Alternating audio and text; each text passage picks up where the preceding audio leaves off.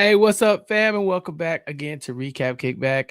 It's me, your host, Chappell, and I am here for the very last time to talk to you about Bel-Air on Peacock. That's right. Season 4, episode 7, and season 4, episode 8 are over. But with me one last time to talk about this season, how it landed, what we thought about the finale, and everything in between, it's Pooya. Pooya, welcome back, man. I'm sad, Chappelle. This is the last time Mhm. we're putting the lid on this season, a bow on the season or the series, and I'm very excited to talk about it. Though, sad it's ending. I have some thoughts for sure. Yeah, if you're just joining us here, if you're a newcomer to Recap Kickback, Pooya and I have been talking about Bel-Air since season 1. We started on post-show recaps, talking about it over there. The connect on post-show recaps was a thing at one point, and we were there. Then that ended up going away, and then there was Recap Kickback where we took over from there. But yeah, we've been rocking with this show from episode 1. And finally, after all this time, we have a conclusion to this series. And I don't know, like I guess I'm kind of like you. Like it was a fun journey, but yeah, for this entire time, it has been kind of like cool to be able to experience the highs and lows with this show, the beginning, the middle, the end, the changes in leadership in the show, the writers, changing, the showrunners changing, all that kind of stuff. But you and I have remained constant and we have stuck it out. And now we get to talk about like kind of what the story of Bel-Air was as a whole with these two episodes. So episode 7, Soulmates, episode 8, the next act, as we suspected, getting into how this show will end, where the kids are going to college, and then hopefully squeezing in some cameos. Let's not bury the lead, Pooya. We called it. Will Smith. We got him. We did We it. got that was a buzzer beater of a cameo, though. I mean, it looked like it was done, and then he was there. It was a fleeting moment, but and I initially didn't know how to feel about it, but I think mhm. overall that was the right spot for a cameo. I'm with you on that one, where I kind of have mixed feelings, right? Like, because we had to have it. Like, it just I would not have been okay if we didn't, because I think we got dark skin Aunt Viv in this episode as well. So like, Mhm. we're gonna force these cameos. Now I'm a little upset of the ones we didn't get. I'm looking at you, Hillary. But for the ones we got, yeah, one last final scene, one last moment of send off, and kind of like a moment where our Will, in Bel-Air world is talking to, it seems like almost like his conscience or something like that. And Fresh Prince Will Smith, creator of the show, Will kind of shows up and steps in, and they kind of have that last moment where we send the show off. And like I said, for me, I thought, yeah, you could have sprinkled him in as like a coach or a dean of a school or something like that, and that would have been just like a nod. But this really did feel like both the Wills were saying goodbye to this show and essentially the old show too. This is we have no like indication that they'll be bringing back another spinoff for Bel-Air. So this is probably the Yeah. end of the IP altogether. And I think that was really I think it spoke to us for a couple different reasons in addition to that. I think both of us watched this when, we were younger and we watched Will Smith, the Will Smith be a high schooler. And now here he is, he's getting called OG.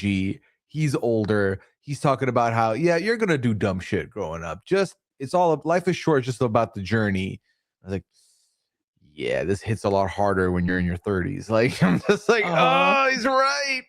Oh, no. Yeah. So I think that definitely spoke to it. And I do agree with you. I think this kind of felt like we're sunsetting the show. Mhm. And whether the IP gets revived or not, who knows? I mean, I'm leaning no based on the way we ended this, but we'll see. Who knows? Maybe we get a movie or something like that, right? Maybe they just kind of like, all right, in a year or so, they give us the movie. They're in college, Fresh Prince to college years or something like They that. could. Yeah, they could. So it's not completely dead, but it does feel like, we waited so long for this moment. The Fresh Prince of Bel-Air was a ton of seasons, a ton of episodes. This show Mhm. did not have that many episodes or seasons. It's like we're roughly 10 episodes a season for 4 seasons. But it's really dragged out to the point where if they had started younger or something like that, maybe we could have got way more content. Maybe if they had, recorded more episodes a year, we could have got more content. But yeah, they're aging out. Everybody's growing up.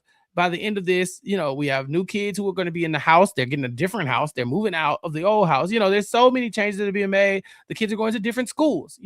So I guess the things that would have brought them together to keep the IP alive are no longer there, right? They're separate. Everybody's going their own direction. And so we get to talk about what it looks like, as they get ready to take that next step. And a large part of that is wrapped up in these two episodes. How did you feel about these two as like our final two moments with Bel-Air? These were my favorite episodes of this season. I think that we rushed a lot to get to episode 7. And then episode 7, I feel like we kind of started slowing down. We wrapped up a bunch of the stories, and then it was just like, all right, we're slowly saying our goodbyes. We're slowly finishing everyone's story off. And I don't know if it was that or if it was a feel good ending that I was a fan of. But I think these two episodes really did it for me, especially seeing OG and Viv out of nowhere, because that Yes. was a blindside to me, and I was so happy to see her. I think that was really like, oh, okay, we're not done yet. We're not tapped out of the show yet. So that was good. And I don't know. These two episodes spoke to me way more than the first 6 did. I agree. I think we needed some fan service here. I'm not a fan of that normally, but I think for this show, you got a lot of the viewership because they were fans of Bel-Air. And so they come in and you go a completely different way with the way Mhm. you want to present the show, right? This is not, and they were clear about that from jump. This is the grittier of Bel-Air. It's not your mom's and dad's great, Bel-Air. This is different. Mhm. But like, it was very much a shock coming in and seeing, Carlton and Will in that light. Not so much Will, but more like the Carlton of it all, right? Carlton just basically being so troubled, but taking it out on Will. It like got a good hate into that character early on. And then other things really just take you away from, oh, this don't feel like my Fresh Prince. And so here, this felt like, okay, all of that was earned. We earned the fan service we got here. We earned these happy endings because we stuck it out through all of the trying times. And so when they go in and they wrap this up and put a nice bow around it, I didn't feel like, oh, well, that was too cute. I don't feel like, nah, we deserve this. As fans of the show, we deserve to see what happens here. So that's how I looked at it. I definitely enjoyed them. Yeah, because there's some cool character beats that we got to talk about. Like, for instance, Carlton. From the jump, he was one of the most hated characters. I saw people firing up online. Like, people were not happy. I know we were like, basically like dunking on Carlton every chance we got here on this podcast. By the end of it, Carlton ends up announcing that he's going to go to Morehouse, a historically black college. Carlton goes from being the student who is struggling with whether or not he should let his white homeboys say the N-word and, dancing to Bobby Shmurda in the locker Oh room. my And god. you know, this is the same Carlton, right? That he's now come around. He's like, I don't want to be surrounded or in a place where I don't feel like I belong, or like I like, things of that nature. Like he's just so far removed from the Carlton that we knew. And it doesn't feel like they just gave us that. We saw Carlton get more comfortable with Will and the way that Will was presenting himself and the way Carlton felt like he could present himself. We saw by the time they got to season 4, we got Black Cess. It still means nothing, but at least Carlton cared about being black. It just didn't, we saw him kicking it with Uncle Phil and his fraternity. We saw so much that would lead him to going and choosing a school like this. And so I thought that for me, that was one of my favorite arcs. The fact that, like, yeah, we were in the trenches with Carlton, but by the end of it, he feels a little bit more well adjusted and he's making decisions about like who he wants to be in life, not just what school he wants to go to. Yeah, I mean, I feel like if you put every character and then talk about their arc, their growth, everything, the roller coaster, I think Carlton had the deepest story of all of them, including Will. I just feel like we really went on a journey with him, with the addiction, the rehab from the addiction, then him helping Amira, then him stealing Amira's story, then him helping Amira back again, then they end up together. And by the time the series is over, they are our happy couple of the series. Yeah. They end on top as far as a relationship goes. Mm-hmm. And they almost effed it up. They almost ran off and got married in episode 7. Why do you say that like it's a negative thing? What do you mean they effed it up? To me, I feel like they were on the right track of like figuring it out. They haven't even been dating this Mhm. entire season, right? Like they were dating other people. They kind of not even dating right now, even though they somehow win like the It Couple award. We Mhm. never saw them reconnect as a couple. We saw him go do his thing. She was going to do her thing. They kind of bonded over, the him stealing her essay. But we never saw them be like, hey, let's lock it down. We deserve to be a couple. The next thing we know, they are winning that award as the It Couple. Then I'm thinking they're going to go sneak off and play Love Island in the back room. And instead, they decide to go and get married. And so I just thought, like, for them, they finally looked like they were making like wise choices, right? They weren't being like, Mhm. we are going to get married and we're about to just like put all our lot in on each other right now. These are two addicts. They really should be a lot more measured with the decision they're making. And so when they were about to get married, I was like, well, that doesn't seem like something that's wise to do at 18 years old, right out of college, right out of high school. I mean, they ain't even walked across the stage good, Pooya. So I know I didn't think it was a good idea. No, I mean, I think ultimately not. It felt very out of place, but I think they needed a mechanic to call out the, oh my God, this delivering the baby. What a moment. Like it really stopped them in their tracks. It was like, oh, it's a sign we should not get married. I feel like every person had that moment, had that call that Mm. really switched it up. And for them, that was the sobering moment of, hey, we need to keep going at our pace. And I think that was good. Sometimes you feel so much love that you think we need to do this. And it's like, take 5 minutes and decide again. I mean, you really could just wait like a day. Like, there's no rush. There is no rush. There just isn't. And so, I like that. I like seeing them make better decisions. I was actually very surprised with the other half of these couples that we get from this high school, where Will and Lisa do not end up together. Pooya, how do you feel about that?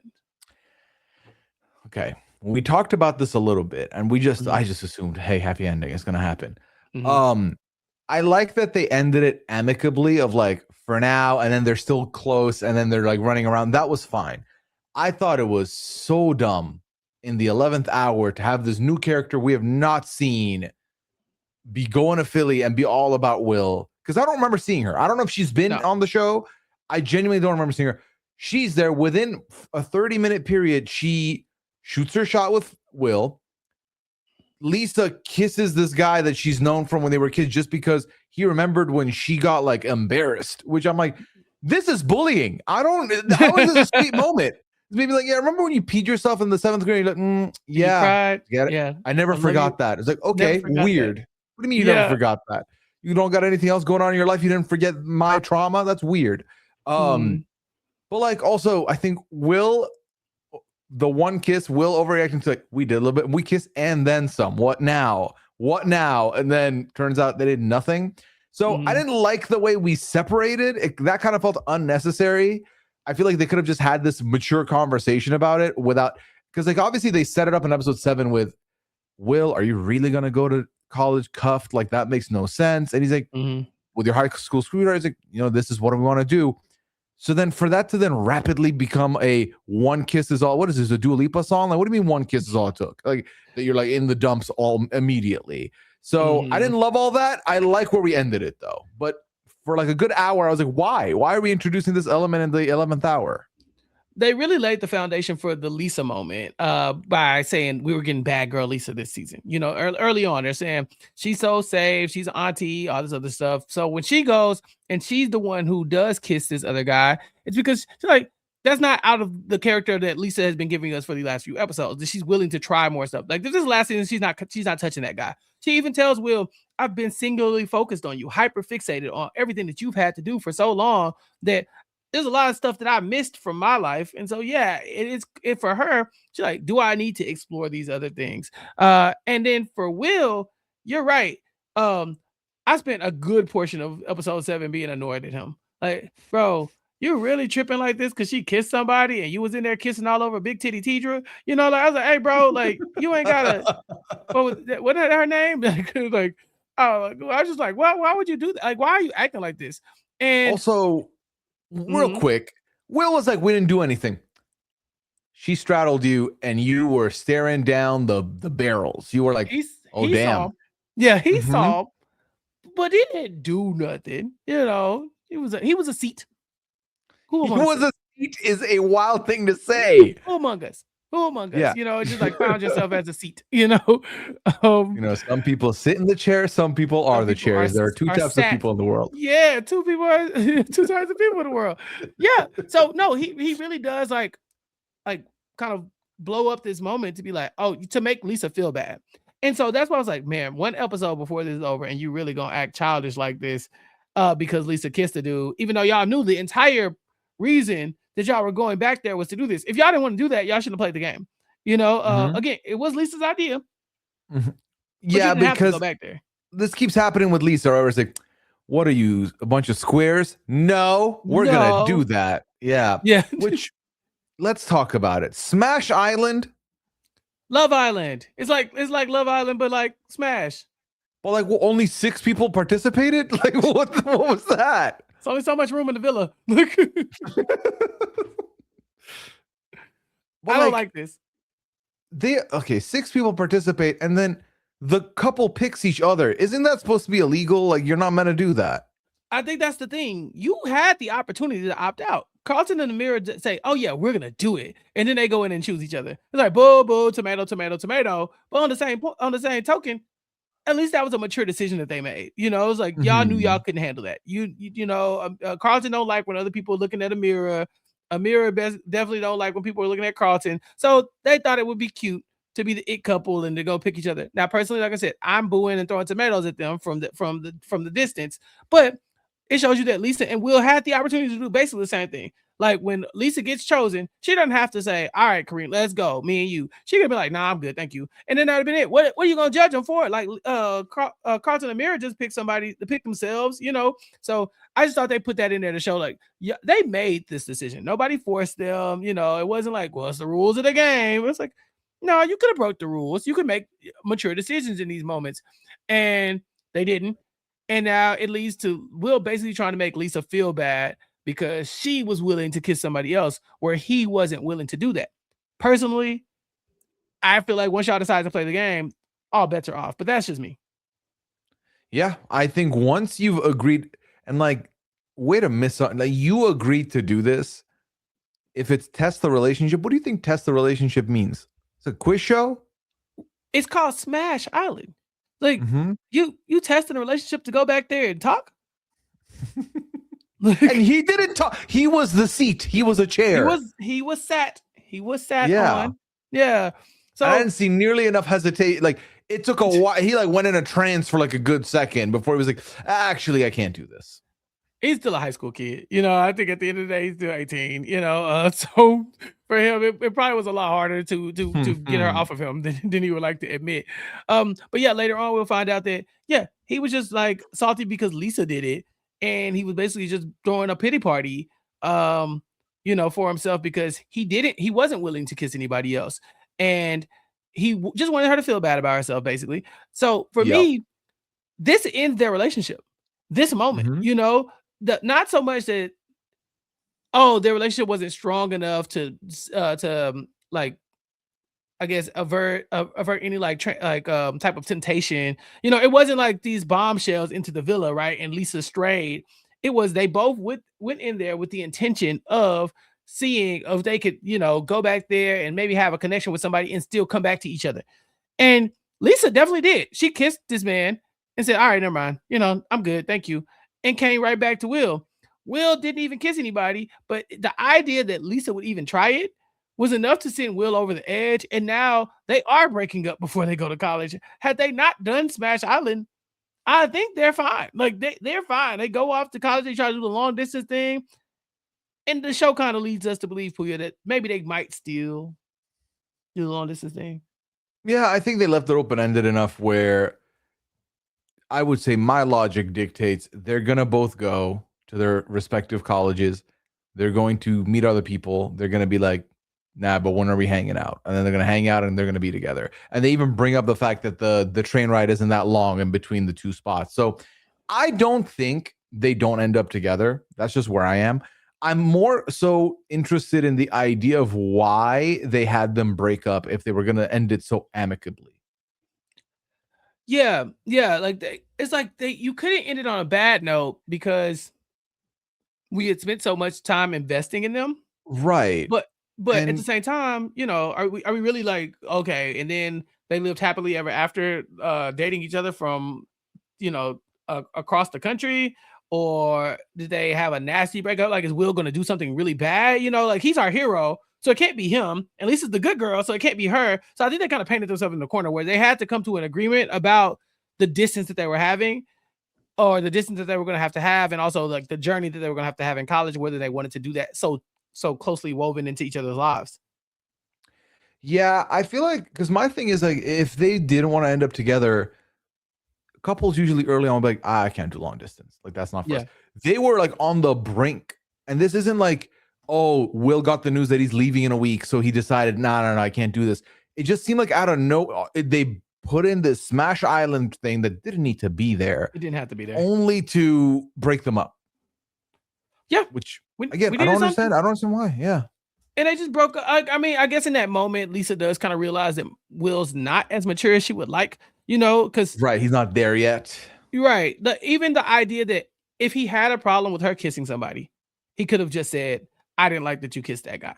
Right? Like, Mhm. you could have been a little bit more mature about the way he handled it. Instead, he was like, "Oh, you need to get tested." No, well, he was like, "I hope you didn't catch nothing." Like, basically, he's like being like, "Ah, like, look at you. I thought you were better than that. I can't believe you would be so dumb."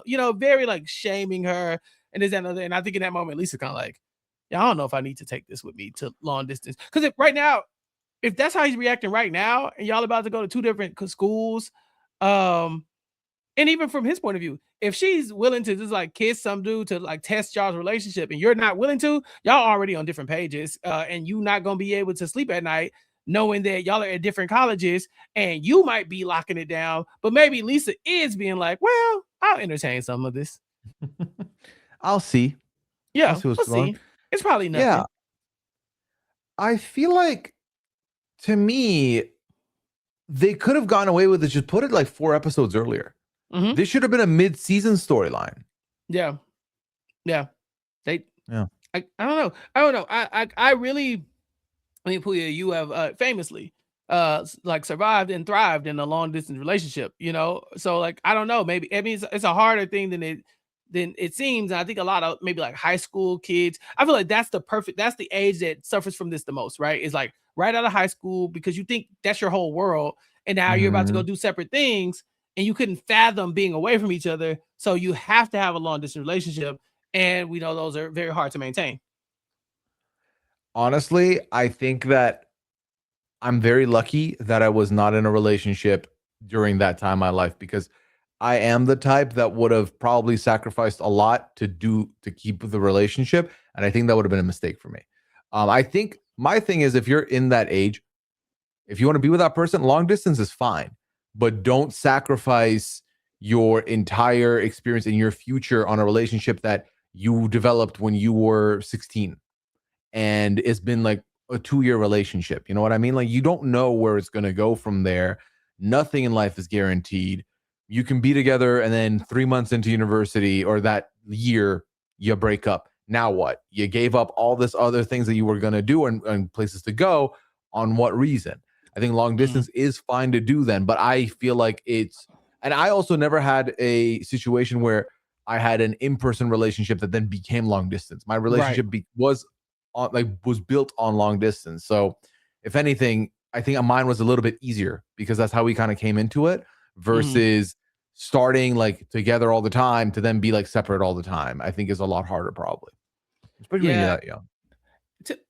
And in my opinion, like when you're young, like super young, high school age, you don't really know yourself yet. You're still learning about you. You know who you are in the context of your home, in the context of school, in the context of the world around you. But now you're about to go step into a different world, right? Your whole situation is changing, your environment's changing, the people around you, your friends are Mhm. changing. And so now you want to maintain the same relationship that you had with somebody, over from distance is really hard. I think even just high school sweethearts going into college is hard, even if you're not long distance, right? Because y'all are both learning about yourselves. Even if y'all are in each other's space, you're still coming in a situation that you had never experienced before. I think it's so easy when your whole world is, I see you at school, I catch you at the, we go out to the movies every now and then, this, that, and other. Maybe I come to your house.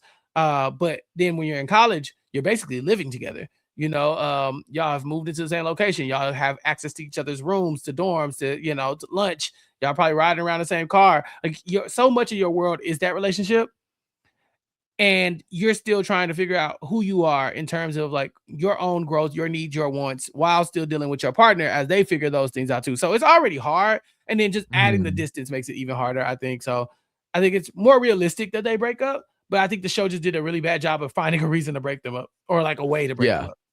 Yeah, I feel like we could have done this a little bit earlier, and we could have sat through it a little, like, made more sense a little bit. I Mhm. just feel like the introduction of a brand new character who's also going to the same college, who really likes him, who kind of gaslights Lisa into doing um, Smash Island to then pick Will. It's like, okay, I see right through this. This is so transparent. What are we doing? Right. If we get the Fresh Prince the movie or Bel-Air the movie, Will and Tidra are definitely dating to some extent. No, they're not. No, they're They go to the not. You same think school. so? She already sat on him. He's single. They not He's even gonna try single. nothing.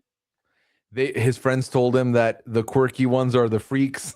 Right. He already got the okay, so he already got the Mhm. go ahead. So like, I don't know. I don't know. For me, I feel like if they wanted to keep this going, they've at least laid the groundwork for something like this happening. But I don't know. Maybe Will's not into it, But then again, he's gonna be a college basketball player. So he will have probably a lot of other opportunities to run into some nice girls, and probably some quirky ones at that. He's going to be going to University of Pennsylvania, UPenn, and Will is going to an Ivy League school. Pooya, that's another transformation, right? We had Will, who was all about his block in Philly. Like, this is where I need to be. This is all I know. These are my people. This is my reputation. This is what I want to be known for. And now basketball wasn't good enough to keep his attention. He wanted to go to a really good business school. The Black Says thing finally really makes sense because he basically declared a major. He's been kind of tiptoeing around it for a while, but now we know what he's going to go do. And him and Carlton have essentially switched places. Carlton, whose only idea was like, I got to get to an Ivy League school, essentially. And Yeah. now Will's idea was like, I got to get back home to Philly. He's going home, but not to the home he used to know. Yeah, I mean, this is part of the character development for Will that I'm happy about, because I do like that basketball came back into his life to a degree. I think that was important for us to see him, not basically basketball with Will represented his come up, his origin, right? And it's like that's home. So Mm. I feel like they was used as a mechanic, like, hey, don't forget where you came from. Basketball is where you came from. And the business school is Bel-Air. It's like, don't forget what you've learned. And that's like literally the last line on the show is him talking to himself about business school, and sorry, not business school, but like, being who he is now, and worried that if he goes back, he's going to lose who he is now. And then that's when older Will Smith says, well, it's good having something worth holding on to. And then and I think this is the perfect merger of the two worlds, because I do think that basketball needs to be there, but I think recognizing that, and this is true with any athlete, athletes have a shelf life. Mhm. So at your peak are from like let's say you're 19 until if you're LeBron 40, if you're most other athletes 35 to like 38. Mhm. What do you do after that? You have a whole lot of life to live after that. Where do you go? Some of them become commentators, some of them become pundits, some of them become coaches, or they don't have anywhere else to go. And so having a fallback is good. Also, if you're getting that sweet, sweet basketball money, you want to know how to make it work and make it last and make it, invest it. So I don't see this as a bad thing at all. I think it just really shows that he is more than just what he was when he started the series. Yeah, Carlton wanted to go to an Ivy League school. He ends up going to Morehouse, which a lot of black folks will say like it's like a black Ivy League school. It's not that, but it has a ton of notable alums. Spike Lee, Samuel L. Jackson, like a lot of like the list goes on and on and on and on. And will be going to Wharton, the business school in at Mhm. UPenn, famous alum, including Donald Trump. So I really like a big switch up. What? Yeah. Damn. Big switch up for Will and Carlton. Like if you would ask me which one of those people would be going to school following in the footsteps of Donald Trump, I would not have said it would have been Will. Yeah. Yeah. This was the little bit of a reversal they gave us with the two of Mhm. them. And then they even bring it up on the show.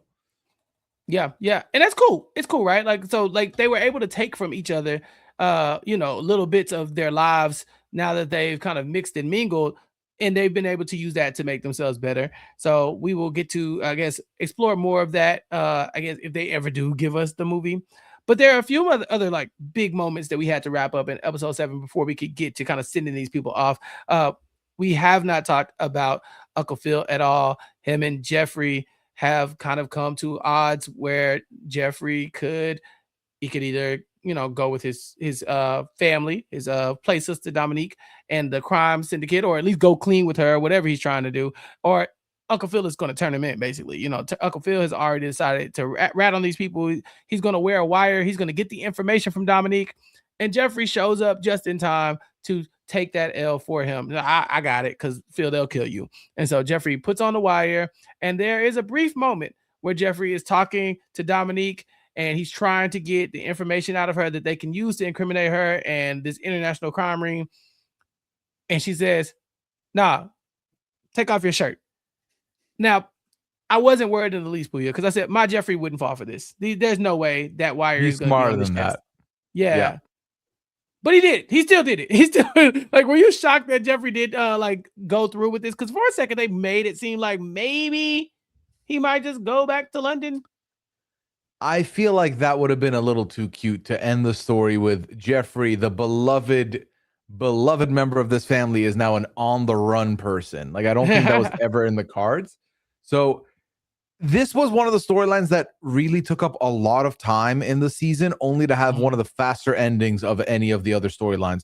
It took one little video from the kids for him to be like, "No, I will cooperate. And then I will bury my sister and her organization." And really, that's how easy it was. One microphone and one USB stick. That's all it took to collapse everything, which not for nothing. But if you're my brother and I want to work with you and go into business with you, and I'm concerned that you may be wearing a wire, I'm not going to then be like, "Yeah, you know what? My bad. Here you go." Like, I feel like there's a lot more of it. If I'm asking you if you're wearing a wire, I don't trust you. Like, why are we doing this? Is there a world where she came in trusting him, but he was acting shifty? He's asking her very direct questions, like, "So Oh, when is it?" Like, is that what it was? Because no, I agree with you. Like, no, yeah. I do. I agree with you. Like, if I gotta question this at this point, what are we doing? Mm-hmm. Yeah. We've come Well, so we far. did see she was like, "Why are you so eager suddenly? You seem like not interested. Now you're all about it." But then I feel like Jeffrey's answer did make sense of he's just trying to get things sorted. I feel like that is the most Jeffrey answer ever. So Mhm. I didn't find that to be out of character. I just Yeah. feel like if the minute someone asks me if I'm wearing a wire, I'd be like, "Oh, they don't trust me." Yeah. What are we Hmm. doing here? Yeah. Yeah. If I have to wonder if you're wearing a wire, then you're not the type of person I need to be in business with anyway, right? Because like That be, that means yeah. this won't. Is this the last? Like, okay, if you're not wearing a wire this time, I can trust you forever. Or is it the next time something comes up, I'm like, I don't trust him. He's gonna flip. Yeah, that'd be the equivalent would be like, "Hey, you don't have anyone listening in on our conversation right now, are you?" And you're like, "No." And then me being like, "Okay. So Sure. anyway, let me tell you my deepest, darkest secret." Like, I feel like Yeah. you don't preface like that. Yeah. Yeah. Yeah. Yeah. Because especially if you don't have a reason to, right? Like, Pooya, I tell you all my deepest, darkest secrets, and I do it most of them on this podcast. And I never want to be like, all right, like, can I trust you? Like at this point, we're talking. We're out here, we're saying the words. If I got to question it, then we're not doing this. We're not showing up every week for Yeah. this because I Like, can't I can't tell you my business. yeah, for me, I think that's maybe this is a personal thing for the two of us, but basically, if that thought ever comes in my mind, I was never going to share with you anyway. That was never going to Exactly. happen. Yeah. Exactly. Yeah. And so they get through this. Of course, Dominique is going to jail. Well, good riddance. Gotta get away from Jeffrey at this point. Peace Yep. out. Um, and it's great timing because Aunt Viv has now met up with dark skinned Aunt Viv, OG Aunt Viv from the first run of Fresh Prince, and she is dealing with her as a midwife. Hillary has lined her up to get her somebody who would really focus on her feelings and her emotions and her body and her weight and all of those things Hmm. as concerned with her giving birth, as opposed to the situation she had with her doctor where they were really just following like whatever their typical procedures were, and they weren't looking at her as a whole person and holistically and making sure that her pain was managed and all those things. This lady is coming in and she means business. She wants to make sure that that Enviv is taken care of, And she's even Uncle Phil. She tells Uncle Phil at one point, like, "Hey, your energy is negative. You need to fix that. Like, we all need to be all hands on deck on making sure this baby comes in the world effectively and healthily, and not going to take Aunt Viv out the game. Like, like she's doing this as an older woman, and so it's harder to accomplish this. The mortality rates are a lot higher. Like, so this tough. This is tough. So here we are. You would think all they gotta do is get to the hospital. They cannot. And Viv has to give birth at home. But we have the people in like in arm's reach. We have Hillary there with the midwife. The kids are a call away. They're all coming back. Uncle Phil is with Jazz, explaining to him how he's been exploiting his business to run this operation. And so Jazz and Uncle Phil are able to show up because Jazz has Uncle Phil's back. He's able to go get the supplies that Uncle Phil needs to be there for Aunt Viv. And this is perfect because one couple we have not discussed at all is Jazz and Hillary.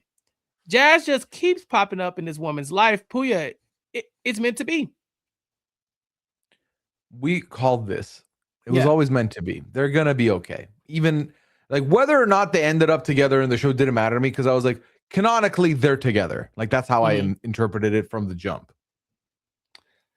They talk about starting going into business together. Hillary's doing her baked goods, Jazz doing different types of baked goods, and so if they combine them, they make some edibles, and that's good for Can I business. stop you right there? Yeah. I don't know. I know it happened this season, and I know we've talked about it. I still forget how suddenly the record store became a dispensary as well. Like, how did we merge those? I mean, I remember because he was sleeping with that lady that worked with the government on like weed stuff. So Yeah. I remember that, but like, I've never been to a dispensary that's half dispensary, half record store. I don't know, but that sounds like my type of place. Why has no one done this? Why is Bel-Air being a pioneer in the genre? What are we doing? Right. No, actually, yeah, like I need more information about these types of places. Listen, we know I love music. Yes, me too. Yeah. And so I could eat. I could do also. And I could eat. Yeah. And I could eat. You know what I'm saying? That's really how I feel. Like I love music and I could eat. So this would be a good situation. But yeah, Hillary and Jazz are talking business. And eventually, because they can't escape each other's orbit, they do have to have that kind of conversation about how they ended up here and what was going on in their relationship. Jazz, of course, is very apologetic because he knows what Hillary went through with the loss of Trevor. And Hillary has to apologize to Jazz here because she was just looking for somebody to blame. She says, like, it wasn't you, Jazz. You weren't the issue. Trevor died. I wasn't ready, and I took it out on you. And so they come together for business, and then we'll see that later on they will even be opening businesses across the street from each other. So they don't technically end together either. But like you said, in my mind, they're together. Yeah. You're across the street from each other. You're taking lunch breaks at the same time. Like, you stop it, please. Yeah. Also, I will say, not to skip to the end, I'm very happy that canonically they call out you're wondering why a grown man is friends with a high schooler. I was like, okay, good. Because we needed that. We said it. I will look again. The people who were here from day one go way back to the early episodes. You got to go sift through the archives of post-show recaps. We know scriptedtv.com. If you can go find that, you will hear Pooya and I saying, don't you think it's a little weird that Jazz is here hanging out with Will like this? Because Will was a junior and Jazz was a record store owner. He wasn't a guy who just graduated from high school who worked at a record store. Yeah. A local business owner has now become friends with this high school kid from Philly. And like, and it isn't in a let me mentor you type of way. Let me show you how to live. It's very much we have the same experiences as men. It's like, he doesn't know what college is yet. He doesn't know. He's never been to prom. What do you mean? Yeah, it's a good point. I mean, the show kind of just glosses over it. They just say like, isn't it weird? And they all laugh about it. But I'll give the show this. They really didn't have Will and Jazz hanging out outside of the record store, right? Like it wasn't like Jazz would always be at the house, kicking it on the couch with Will. They were playing video games and stuff like that. It was like Jazz was the owner of the record store that Will liked to go to, and he kind of looked up to him. And so every now and then they would have kind of like misadventures where he needed a ride or something like that. But he kind of became like his adopted little brother. You know, it's kind of like the little brother he never asked for. So because the show gave us very little of just like Will and Jazz like going on double dates and stuff like that. Like, you know, Mhm. we didn't get a lot of those moments where I'm like, you could have picked a high school kid to be Jazz. What happened to that the white kid from season 1 to play basketball with him? That we he had a homie Oh man, the guy with the shoes. with the shoes. What was I his what name? Tyler? That feels like That seems like the problem is I feel like you're on the money, but I don't like that I it don't fits it immediately. fits too well. I don't know. But yeah, back in season 1, Will did have a friend that wasn't grown. And they hung Oh, out, but they got rid of him very oh no, quickly. that's different. Okay, I thought I nailed it, but this said Connor played by Tyler. So the actor that plays Connor Oh is no, named not Tyler. him. That's not the one. No, there was a No. kid named Tyler. No, I feel like Tyler might have been one of the other kids, one of the other like jerk, like drug user kids. Um, I don't know. But anyway, my point here is that, you know, when they had opportunities to give Will, no, I'm right. Tyler was that kid's name. But when they had opportunities to give kids like Will a chance to hang out with friends outside of Carlton, they really like did it. They didn't lean on Jazz as being like the fall person for that. It's like whenever he No. needed a ride to the airport, you know, then Jazz was going to come through, you know, and then Jazz's relationship really forms around Hillary. So it's like because Jazz was tangential to what Hillary had going on, him and Will saw each other a lot too. So I'll take Yeah, it. yeah. No, it worked. It definitely ended up working out. It wasn't like a sketchy friendship. It just was like, hey, are we Mhm. gonna ever acknowledge that there is an age gap here and the dynamics are a little bit different? And the answer is yes, they did. Yep. So we of course have very little to talk about with Ashley.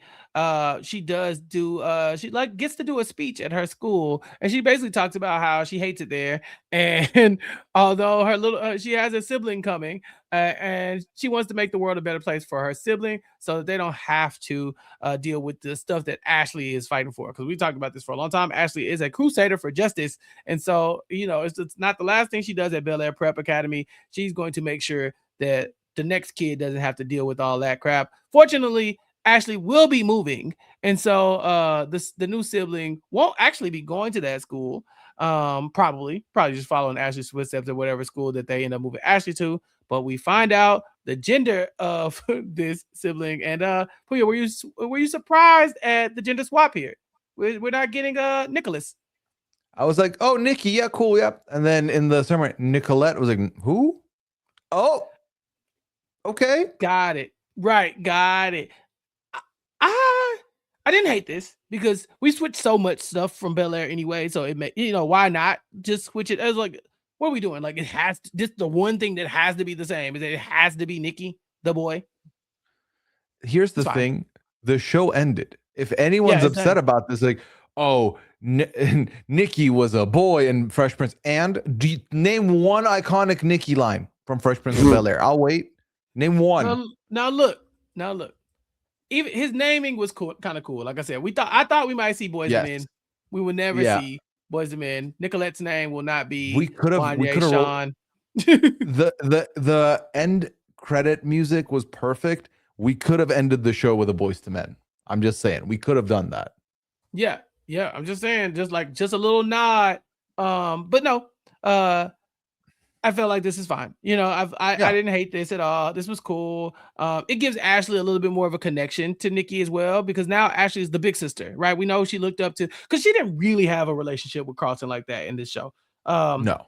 it wasn't that big of a deal, and I think even in Fresh Prince, the you know proper, her and Will's relationship was kind of cool. But I feel like they didn't really flesh that out too much here either. So her and Hillary were kind of like that was like her sibling that she connected to the most. You know, she kind of wanted to be like her with the influencer thing. She looked up to her. Hillary was there for her probably the most of all of the kids in Mm-hmm. that time. And so it feels good now that Ashley can kind of be that person for somebody else. So Nicolette, welcome to the family. Welcome in. So we have this pregnancy coming out of nowhere. We all come together. It does look like it might be tough, but nope. Like Bel-Air does, we just kind of breeze on past it, And Viv's, she's a trooper, pushes through. New baby, who this? Oh, can we talk Yes, about the last moment of pre-Nicolette where Aunt Viv ends up having her water break in the midst of doing a TikTok, and she hits the Aunt Viv. She hits the she Aunt Viv. did. Yeah, She she did. did. We got the Aunt Viv dance. We got the Carlton dance. We got to see dark skin Aunt Viv. We got to see Will Smith. Which So also, I yes, did love dark skin Aunt Viv saying, I feel like I've known you all my life. And I was like, for a midwife, this makes sense to say, but also I know exactly what you're saying I here. know what you I mean. did love This that. makes sense. I need all of this. Yeah, Yeah. I love the fan service. Like I said, it's one of my favorite things about this show. At first, it wasn't like at first I was kind of like, okay, y'all wanted a new show, give us a new show. But now, like I said, at this point, this is what the show is. It's this gritty Mhm. show, but like with nods and winks to the series that we saw at first.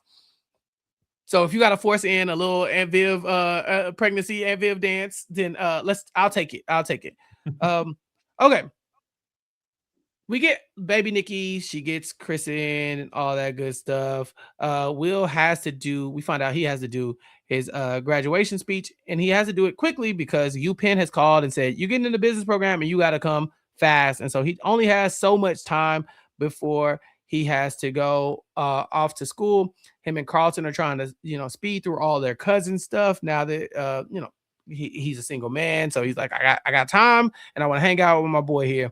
And they have to watch a bunch of black classic movies. Pooya, have you seen any of the movies they were naming? Jason's Lyrics, Juice, Crooklyn, Waiting to Exhale, No, we Boys in the have Hood? I've listened to you and Ty talk about movies a couple of years ago now, and then I was like, damn, there's a lot of movies I've not seen. And this was very similar situation.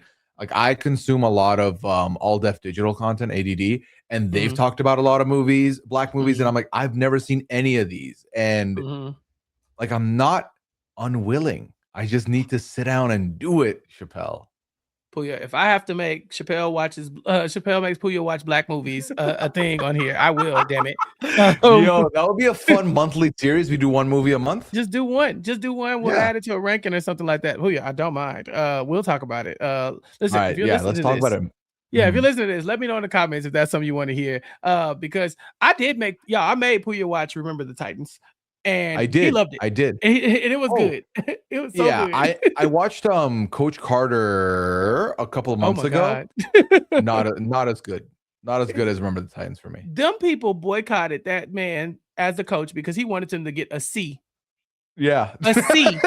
The audacity of this The man. They're like, audacity of this close man. the schools. Like, we don't Shut want it this. down. Who is this guy? A C. So yeah, love to hear your opinion about those. But yeah, this is the thing, like I think that the black movies just get passed around. But as my distant cousin from Dubai, Pooya, I have to lace you up one day. Um, Down. Uncle Phil ends up winning Alpha Man of the Year. Now, keen-eyed Chappelle followers will know that I've won Omega Man of the Year twice in a row this year. Mhm. I'm about to say, I'm pretty sure my plaque is right here. No, I'm joking. But Chappelle's like, so Uncle Phil won one. Okay, yeah, one, double that, and it's okay, me. that's cute. Now, I am from a much smaller town than him, so it's easier for me to win that kind of thing. He's from like LA, and so it's like, all right, good luck, man. Congratulations, a billion people to go up against. But yeah, good to see him getting honored in this moment. We see, of course, we talk about the Lisa and Will, like, will they, won't they, landing on, won't they? But yeah, Will has to do his speech. His mom is very proud of him. One of the things that stood out to me was his mom being like, I always knew this was going to happen for you going to ward. Like, I always knew this was the best thing for you. And he's like, really? Because you hung up in my face when I told you I was leaving that other school. And I was like, yeah, Will, hold her feet to the fire. I don't know about your mom, Pooya, but my mom has the shortest memory. She will talk so crazy to me about something that she feels like she barely care about.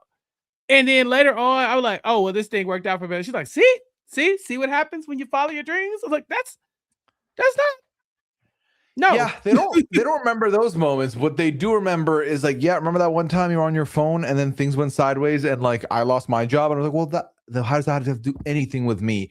No, my parents both have short-term memory, big time. Like I feel like genuinely sometimes like we've had the same conversation every phone call since 2016. Like, how are we doing this still? So Mhm. that was relatable. My mom, when I was a youth, she used to say, "Stop watching so much TV. Stop watching so much TV. You're not gonna get paid to watch TV. Like you need to go out and figure out what you're gonna do in life to make money and to get a job, blah blah, take care of yourself." And now I do make some money watching TV, Pooya, and talking about it. Not necessarily in recap kickback. This is not lucrative. But in my time working for RHAP, I was able to make some money, and every time I was like, I always believed in you, kid. I was like, no, you didn't. You didn't cultivate this. I was watching TV behind your back. I was like, all right, Yeah, she's asleep you now. Let me didn't. turn the television on. Like that's the life I had to deal with. So for Vi to be sitting here like, yeah, Will, yeah, this is the right decision. I always supported you. It's like, no, no, you didn't. You told me to give up on all of these crazy dreams and go play basketball. And now I'm going to the best business school in the country. Um, Call them out every time. Call them out every time. Um, We'll end up dipping on his little surprise party early to go and clean up his room and to pack and basically feel bad for himself because he was so sad because he's not ready. He doesn't know what he's going to say at his speech. And the family goes up there and helps him out. I really like that Uncle Phil and Will bond even more in these last few moments because in the Fresh Prince of Bel-Air, Uncle Phil is Will's dad. That is the Yeah. way it works, right? Like very early on, that's Uncle Phil, that's Uncle Phil. By the end of it, that, as J. Cole said, that's the only father that he'll ever know, right? Like he doesn't know Lou. That's not a thing. This show has given Lou back to him. So he doesn't actually have that same like you're all I got kind of vibe that he would have from the Fresh Prince of Bel-Air. But I did like how in these moments he's telling Phil when you reach out to Carlton to check on him in college, make sure you reach out to me too. I really enjoyed that. Yeah. No, I do as well. I think that's the one big difference for me between these two. Weirdly enough, because I do think that Uncle Phil was dad in The Fresh Prince, but somehow I feel like in Bel Air, there are moments where I forget that he is not the son of Uncle Phil. He's not the Mhm. brother of Carlton. He's not the brother to Ashley. I feel like, and it might be because of the fact that we don't get like 20 episodes a season where it's Mhm. constantly reminded to us. But I do really like the relationship he has with Uncle Phil. And we know how much he is like grown from where he started. And I think a lot of that has to do with Uncle Phil. I remember that, that one of the earlier scenes in the show where he's doing basketball, shooting hoops with Uncle Phil. And that was like a really bonding experience. And now to get to a place here where it's like, keep me in the loop. Yeah. Yeah. It's just feels like in the regular Fresh Prince, you wouldn't have to. Will doesn't have to tell Uncle Phil to keep him in the loop. That's just understood because you are his Yeah. child. This feels like now I'm going back home. Thank you for the time I spent with you. But also Hmm. don't forget about me. I really appreciated it, and I still want to feel connected to the family. There are a couple people kind of leaving the family in a way. Jeffrey is going to Jamaica uh to be with Penelope and Frederick. Okay. Great life. Spinoff. That's the only spinoff I want. Yeah. Jeffrey in Jamaica. He kind of toyed with the idea, like, do I go back to London? And like, why? She's like, yeah, you're right. Like, it didn't even feel like a choice. It was like, all right, well, I mean, you could do that, or you could just come. You're free now. You don't have to worry about any of the crime stuff. You could just come with us. It seems like Jamaica has a good like community for him to join back to. And so like that's it. He goes and lives happily ever after. I was very happy to see that with him. And then Aunt Hmm. Viv will go on and decide to start her own foundation. She doesn't need the Neiman Foundation anymore. She's got her own money. She got time. She could probably do this from home. She ain't got to go work on nobody else's clock, and she can raise her baby as well. I think that Aunt Viv probably for me had the most storylines with just unceremonious ends Yeah, that just absolutely. don't go anywhere. she had a lot of potential. We had what was that guy's name? Your guy. It don't matter. Oh yeah, Michael Ealy's character. I don't remember what his name was in Yeah. the show. There was that guy. Then there was was she not also getting hit on by like that food truck guy, like the chef Yeah, guy? she And stayed like, getting hit on. yeah, those went nowhere. The Neiman Fellowship has become a buzzword on this show. Like That's we it. saw nothing, and then suddenly she's like, I decided I'm gonna do my own thing, and I was like, okay, Okay. cool. Like, Yeah. sure. Yeah. And like, Light skin and Viv might not love that, but okay. yeah, I just feel like we genuinely got, like, she had a lot of potential storylines and they went nowhere. We had it's just I don't know. And then there was like the little like problem her and Phil were having for a little bit, but Erica. all her storylines kind of Erica. All of them just kind of get swiped out of nowhere and don't go anywhere. I feel like the only one that we really saw a end to was the birth of Nikki, and that was like they got to finish it. Like they got to do that. So yeah, I agree with you totally on that. Like, but Viv, like you said, we had so many storylines where me and you were sitting here like, what is Aunt Viv about to do? You know, like what is she gonna do with this time? Or is this man trying to holler at Aunt Viv? Like we spent a lot of time with that. I think some of them storylines could have been given to Hillary. But I think after a while, like Coco Jones, like I said, she's probably off being famous. Like she had too much going on to just focus on acting alone. I think So yeah, she's definitely the most famous person coming out of the show, right? oh yeah, for sure. Like going in, she was mains? already pretty famous, but yeah, of all of the main cast, I think she might have just won a Grammy. like I mean, we're recording this Sunday night. She might have won a Grammy tonight. So you know, that makes her like a superstar. But yeah, I think that MVF is just a storyline, like a person with storylines that we just didn't spend a lot of time like kind of ending. We used them almost to move Uncle Phil around and to kind of show that she had to navigate around all those things while being a mom, which is a storyline in and of itself. But I agree, it's kind of like fizzled away. Yeah. Will's mom, Vi, is entering her whole face. That's fun. That really was just we want to put this in here, but we're not going to have any payoff to this. Yeah. She's just happy. She's happy because she's getting some. She's like, Lou is around, but also not necessarily always around. There's other people who's around. Like she's double dipped back in the, you know, and you know, circled the block a couple times. Like, okay, Vi, I see you. So, all right, yeah. Aunt Vi got chairs. Sometimes you are a seat, sometimes you have to sit. So the day of the graduation is a little somber for Carlton. He's reflecting on his life and all the things that he's gone through. The boy has gone through it. You know, Carlton, we really didn't look at Carlton as a victim for most of the season because he was really the antagonist in a lot of ways. But yeah, for a kid who felt so pressured by the world that he had to turn to drugs and then deal with racism and the pressures of all, you know, from his parents and stuff like that, like he really did just navigate so much. Like you said, going to rehab and stuff like that. Like being a drug addict at 15 years old, like not a drug user, but addicted, you know, like that's actually wild. Yeah. And so he gets a pretty good send off. And then we get Will, of course, doing his speech about how he never wanted to leave his comfort zone. He never wanted to leave his city, but then coming to Bel-Air forced him to change that whole way of thinking.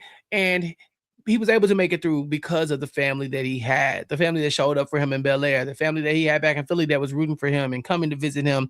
And they taught him that he can be in places that weren't meant for him and still be him. He didn't have to change who he was to fit in.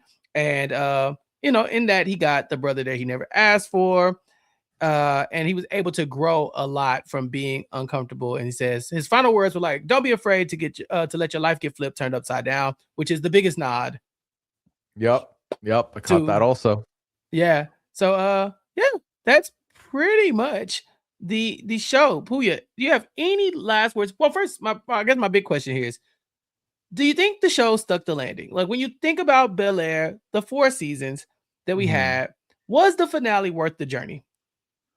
I feel like similar to what Will Smith says, the journey was worth the journey. You know, like I feel like when all is said and done, this was a very fun trip. I think the first 3 seasons I enjoyed greatly. The 4th season felt a little bit unsatisfying at parts, and then extremely enjoyable and reminded me why the first 3 seasons we were there. And then I think the landing was great. As someone who just watched arguably the worst finale I've watched for any show because I just finished Dexter. Oh, whoo! Oh, Bro, Pooya, please let me talk about that. God. Anyway, yo, don't get me yeah, started. Please don't get me yeah, started. I yeah. would have told you not to do That it. I would have told you not to do oh my god. I it. was livid. Anyway, so this is by no comparison a bad finale. In fact, I think this was a good finale. I think these were the two strongest episodes of the season. So I think, yes, I think all in all, if you're a fan of Fresh Prince and you had considered watching this but weren't sure, or, it didn't hit your radar, just watching the first season will get his hooks into you, and then 2 and 3 will carry you there. Because again, I think it's unbelievable. Like, I think there was such good character development with like Carlton specifically Yeah. that I can't remember the last time where there was a character I despised so much to then I loved by the end of the Mhm. run. I genuinely would have to think about who that would be for me to have not liked them at maybe Sawyer on Lost, perhaps. Woo, no, I could never let go of the racism. I think maybe Zuko for me in Avatar, The Last Airbender. I'll give Zuko might be my one. Um, Yeah. but yeah, but I feel you.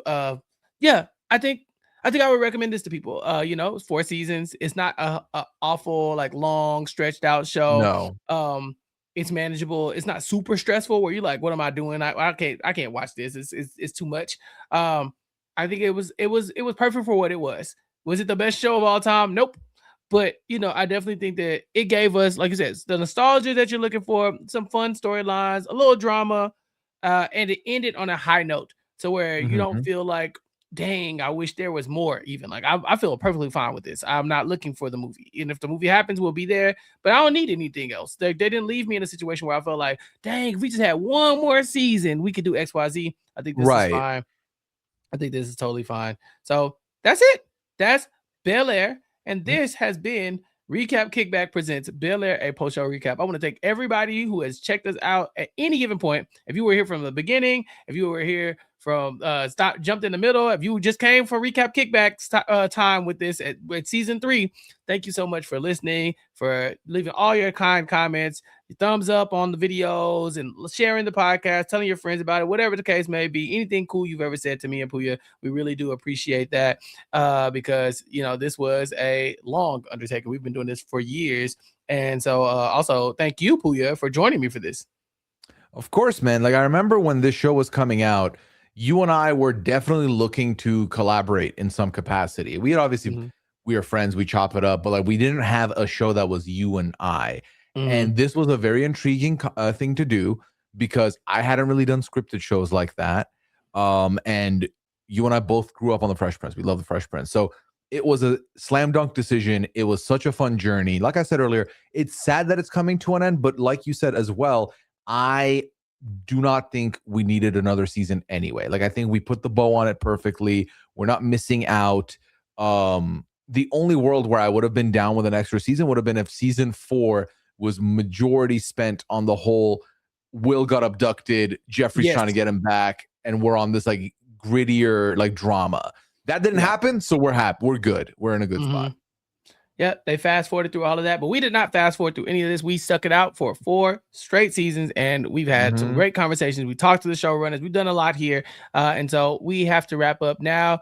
But Pooya, tell everybody where they can find you until the next time you and I collaborate on something. Yes, at Pooyaism on all socials, twitch.tv/Pooya. If you're looking for me on podcasts, you can find me talking at 90 Day Fiance. You can find me talking The Traders, both of which are on the RHAP network. And then myself and Liana talk every week over on the Pooya and Liana Lounge as well. All right. And then as far as Recap Kickback goes, we have a ton of content. This is dropping Tuesday morning. So Monday morning, you would have gotten our A Night of the Seven Kingdoms coverage, our recap with Mari giving us our roadmap to everything in Westeros, and our special guest Jazz from the Was It Good Though podcast. So make sure you check that out if you are a House of the Dragon, Game of Thrones, and a Night of the Seven Kingdom fan. Also, you can catch Gia and I this week. We'll be talking about Abbott Elementary, the most recent 2 episodes of Abbott. Check that out.